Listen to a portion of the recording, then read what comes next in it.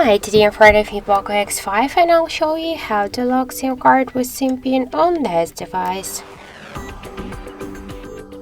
So let's first open the settings application and then scroll down to the password and security section. Then tap to the privacy and you'll see here SIM lock section. Just tap to your network and you'll see here lock SIM card switcher. So now just to add SIM pin code to our SIM card, we should activate the switcher and enter our pin code. For example, in my case, that will be from 1 to 4. After that, just tap to OK. Now the switcher is activated, so this means that we just successfully locked SIM card with the SIM pin code. So thank you for watching, and if you find this video helpful, don't forget to leave a like, comment and to subscribe our channel.